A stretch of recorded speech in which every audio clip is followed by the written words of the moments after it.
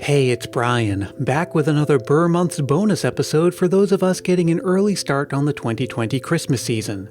And if you're just joining us, welcome, and a happy Ber Months to you. You're joining us in the midst of a little mini-series where I'm reading the 1918 YA novel Campfire Girls in the Allegheny Mountains, or A Christmas Success Against Odds. I figured the theme of A Christmas Against the Odds was pretty fitting for 2020. Make sure you listen from the beginning, and this is installment number 3. Last time we left the girls, they were on a train ride, and one of them was surprised by a mysterious letter. Stay subscribed so you don't miss an installment. They arrive every few days and include 1 or 2 or maybe 3 chapters. And I've got plenty more Christmas spirit lined up for the Ber Months and, of course, the proper Christmas season, so I'm glad to have you here. But before we get to that, here are my 2 standard announcements. First, I want to remind you that it is never too early to send a Christmas memory to appear on an episode this season. Simply record a voice memo into your phone and then send it to christmaspastpodcast@gmail.com. Keep it reasonably short, clean, and family-friendly, and be sure to say your name and where you're from. And it's never too early to start sending Christmas cards, so how about I send you one? All you have to do is review the show on Apple Podcasts and then get in touch with me with your mailing address. I'll be happy to send you an official Christmas Past sticker and a handwritten Christmas card as my way of saying thanks. Again, you can reach out to me at christmaspastpodcast@gmail.com. Okay, let's find out more about that mysterious letter as we once again join the Campfire Girls in the Allegheny Mountains.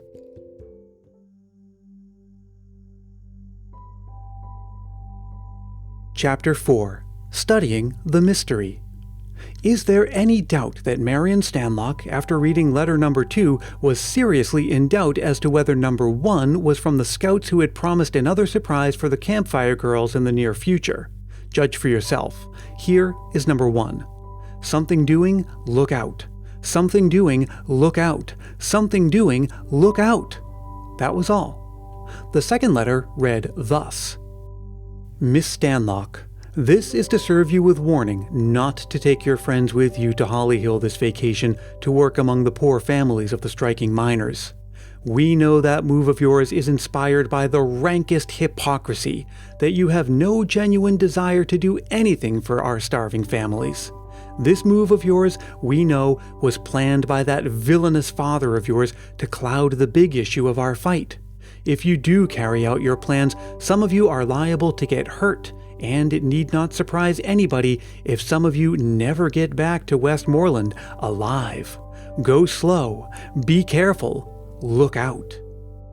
Marion was not easily panic-stricken, but it is of the nature of a truism to say that this letter applied the severest test to her nerves. That the writer was in deep earnest she had no reason to doubt. She had read of so many crimes preceded by threatening letters of this sort that the suggestion did not come to her to regard this one lightly.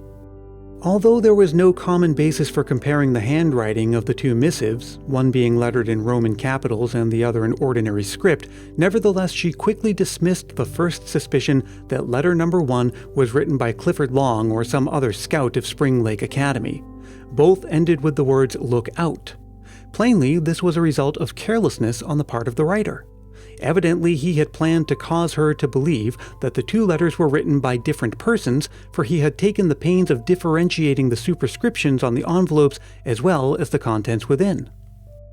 But now the question was, what should she do? It was no more than fair and just for her to inform the girls what they might expect if they attempted to carry out their original plan. But what method should she pursue to convey to them this information? She might go at the matter bluntly and create something of a panic. Then again, she might handle it so that the best possible result could be obtained in a quiet and orderly manner. Marion felt in this crisis that a great responsibility rested on her to handle the problem with all the skill and intelligence at her command. She longed for the counsel of an older and more experienced head, but there was none present except Miss Ladd, the guardian of the fire, to whom she might go with her story. The latter, though she came well within the requirements of the National Board to fill the position which she held, was nevertheless a young woman in the sensitive sense of the phrase, and could hardly be expected to give the best executive advice under the circumstances. Marion realized that it was her duty to exhibit to Miss Ladd the letters she had received, but if she did this at once, the act would amount to turning the whole matter over to her and relinquishing the initiative herself, she reasoned.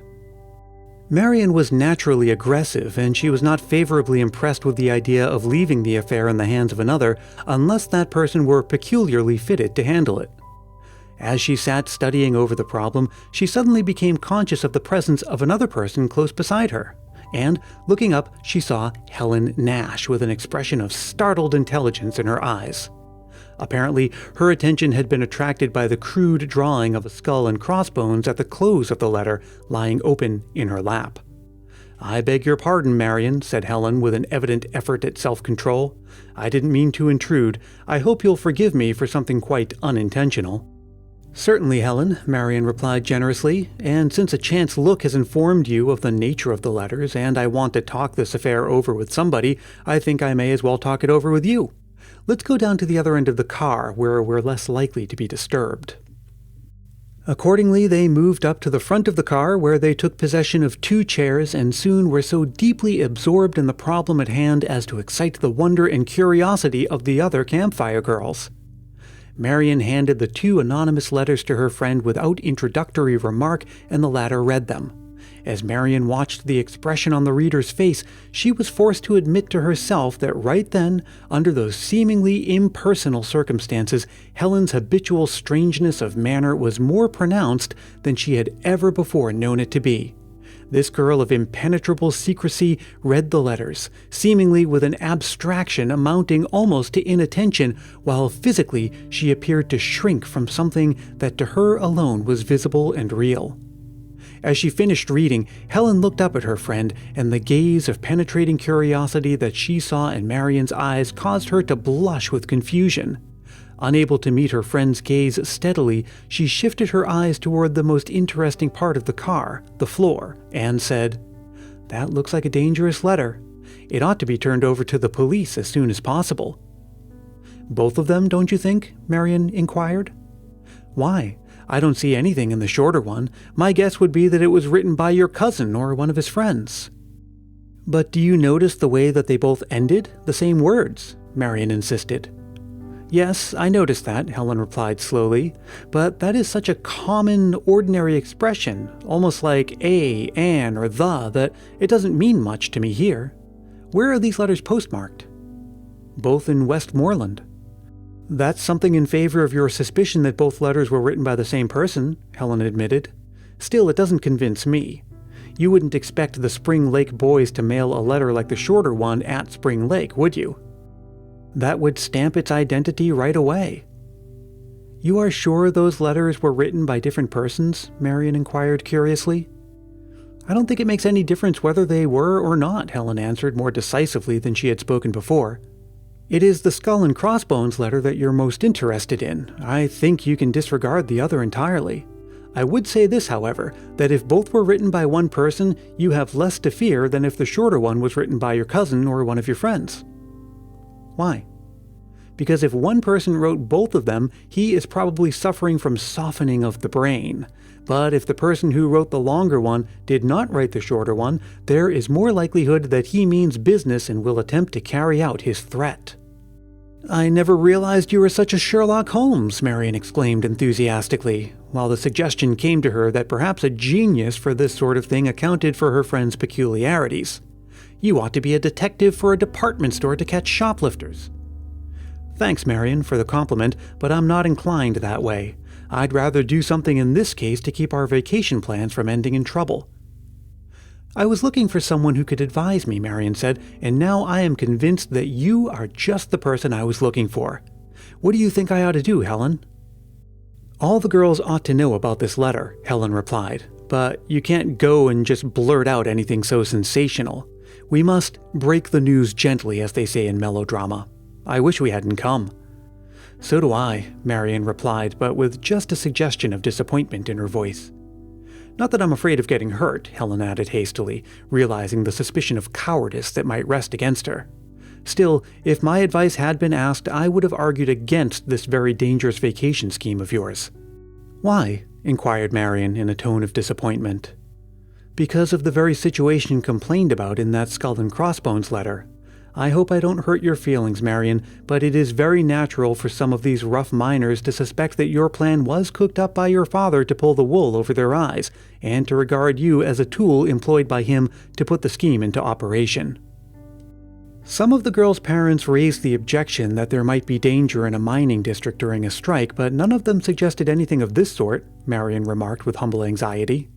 I explained to them that there could hardly be any danger even if the strikers should get ugly, as the mines are some distance away from where we live, and any violence on the part of the miners would surely be committed at the scene of their labors. This seemed to satisfy them. Most of the miners live at the south end of town or along the electric line running from Holly Hill to the mines. That doesn't make much difference if the miners once get it into their heads that the girls are being used to pull over a confidence game on them, Helen argued authoritatively. Miners are peculiar people, especially if they are led by radical leaders of aggressive purpose. They believe that they are a badly misused set, turning out the wealth to the wealthy who repay them by holding them in contempt, keeping their wages down to a minimum, and pressing them into social and political subjection. Where did you learn all that, Helen? Marion asked wonderingly. You're not even studying sociology at school, and you talk like a person of experience. My father was a miner, Helen began. Then she stopped, and Marion saw from the expression in her eyes and the twitch in her mouth that a big lump in her throat had interrupted her explanation. She seemed to be making an effort to continue, but was unable to do so.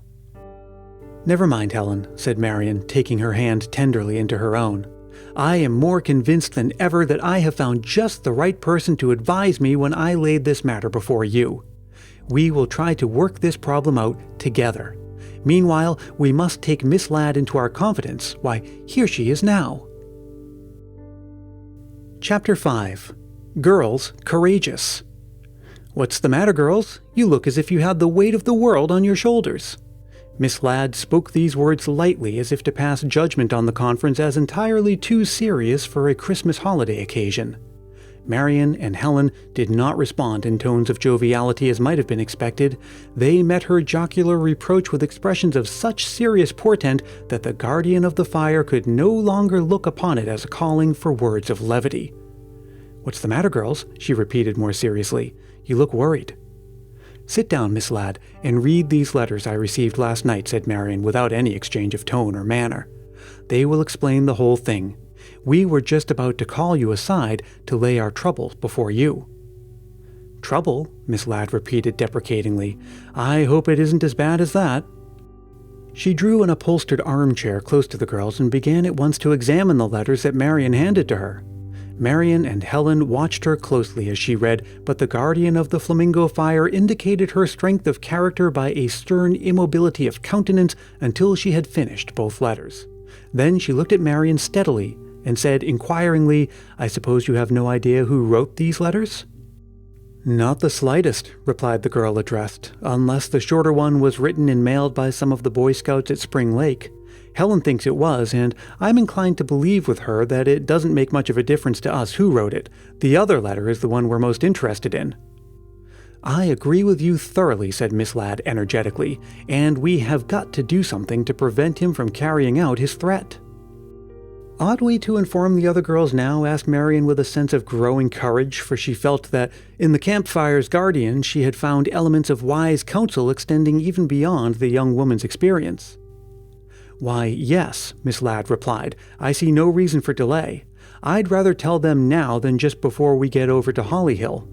If we tell them now, they'll have a couple of hours in which to stiffen their courage. There are 11 girls besides you two. Suppose you call them in 3 lots in succession, 4, 4, and 3, and we'll tell them quietly what has occurred and give them a little lecture on how they should meet this crisis. All right, said Marion, rising. I'll bring the first 4, and you get your lecture ready. It's already ready, said the guardian reassuringly. It's so simple that I have no need for preparation. I'm afraid I need some drill in the best means and methods of reading character, Marion told herself as she walked back to the rear of the car.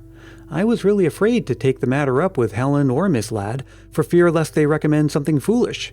Now it appears that each of them has a very clever head on her shoulders. Maybe I'll find the other girls possessed of just as good qualities. If I do, this day will have brought forth an important revelation to me that the average girl, after all, is a pretty level-headed sort of person. Well, here's hoping for the best.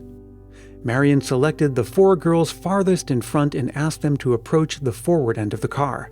They did so with some appearance of apprehension, for by this time all the girls had begun to suspect that something unusual was doing. This appeared to be evident also to the half-dozen other passengers on the car, whose curious attention naturally was directed toward the forward group of girls.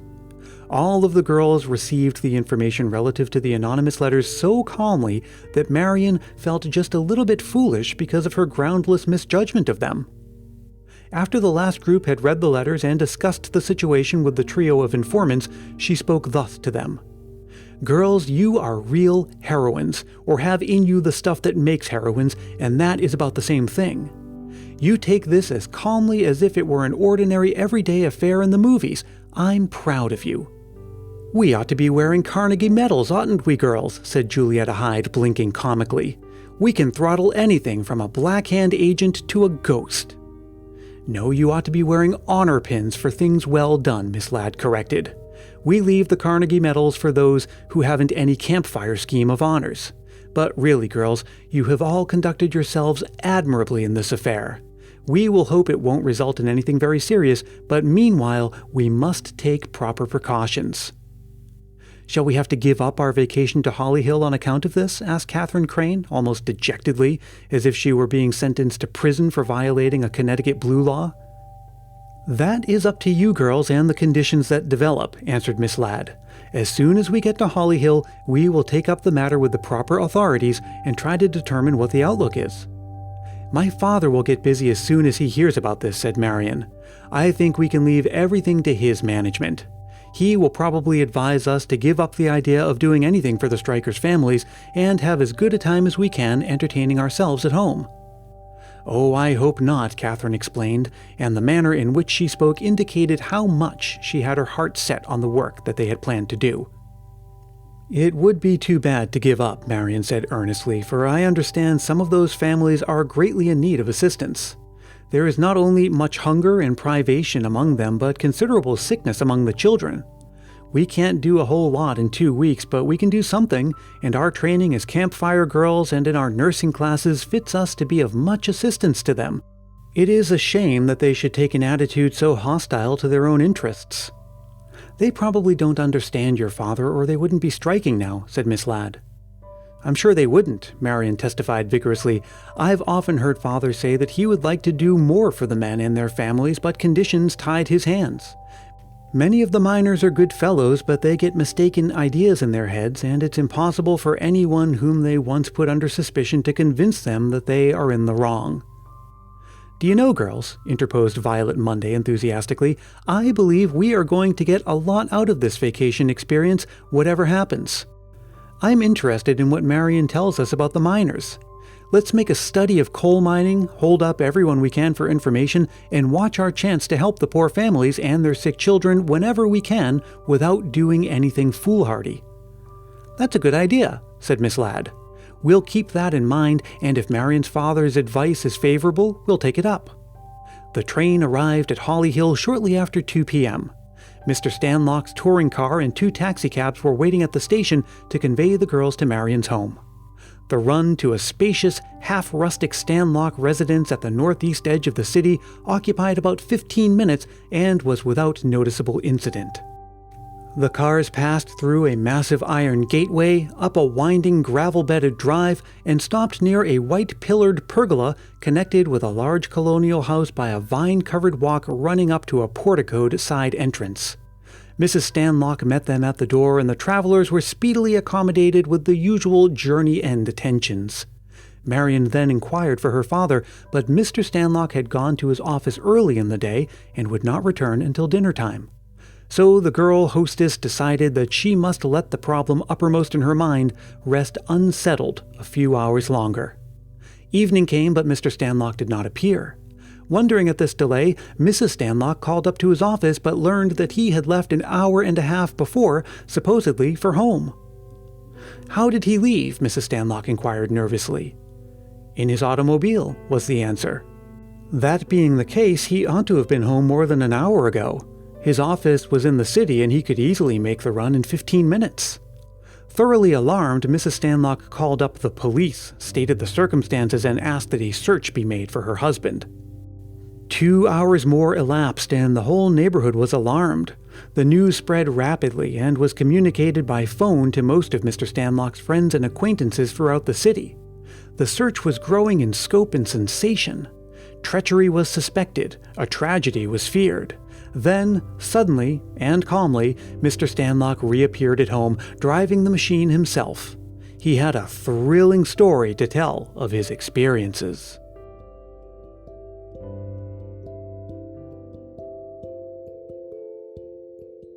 Well, what better way to end an installment of the story than with the promise of something thrilling when we pick it back up again? Thanks very much for listening. I hope you enjoyed that, and I hope you can stand the suspense between now and next time. I'll be back before you know it. Until then, I'll trust you to fill your Ber Months days with festive fun. And until then, let me remind you as always that Christmas Past is produced in wonderful Willow Glen, California by yours truly, Brian Earl. I love hearing from you, and I'm pretty easy to get a hold of. You can drop a line anytime to christmaspastpodcast@gmail.com or connect on Facebook, Twitter, and Instagram. And if you haven't yet joined the private Christmas Past Facebook group, now's as good a day as any because we are celebrating the Ber Months and beyond. Until we meet again, stay safe and healthy, look out for one another, and may your days be merry and bright.